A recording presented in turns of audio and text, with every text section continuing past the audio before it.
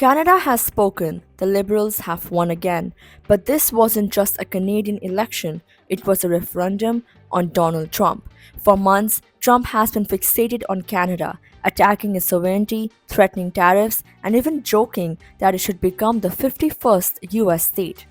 He looks forward to watching the game tonight, and we look forward to the United States beating our soon-to-be 51st state, Canada. Instead of breaking Canada, his words did something unexpected. They helped the Liberals win. So how did Trump's influence shape Canada's 2025 election? Here are 5 key takeaways from the results.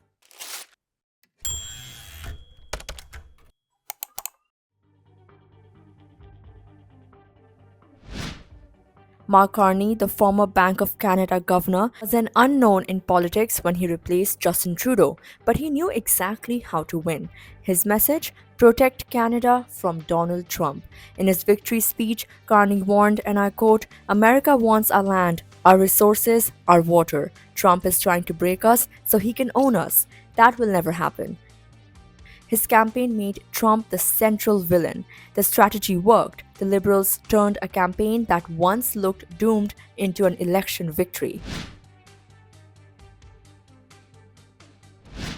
On the day Trump was re-elected in January, Canada's Conservatives were leading in the polls. Then, Trump started taking aim at Canada. He slapped new tariffs on Canadian exports, questioned Canada's sovereignty, and repeatedly called it America's 51st state.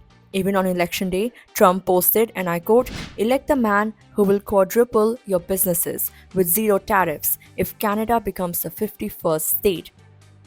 Instead of helping the Conservatives, Trump's words triggered patriotic backlash. Canadians saw the Liberals as their best bet to stand up to him.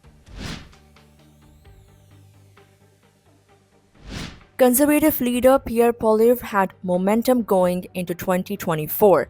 He promised low taxes, small government, and common sense politics. But he also borrowed heavily from Trump's playbook. He ranted against wokeism, used slogans like Canada First, and attacked the media. Some called him Trump-lite. That strategy worked when Trudeau was in power. But once Trump was back, Poilievre found himself trapped, unable to criticize Trump without alienating his base and unable to defend him without scaring moderate voters. On election night, he trailed even in his own Ontario riding. He says he won't step down, but his leadership is now in question. For years, NDP leader Jagmeet Singh played a crucial role in Canadian politics. His party propped up Trudeau's government.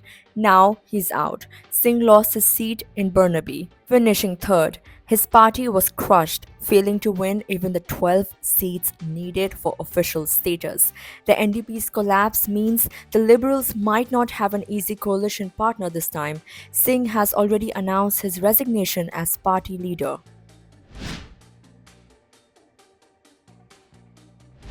One of the biggest diplomatic stories of the past year has been Canada's strained relations with India. The feud erupted after Trudeau accused India of involvement in the killing of a Khalistani separatist on Canadian soil.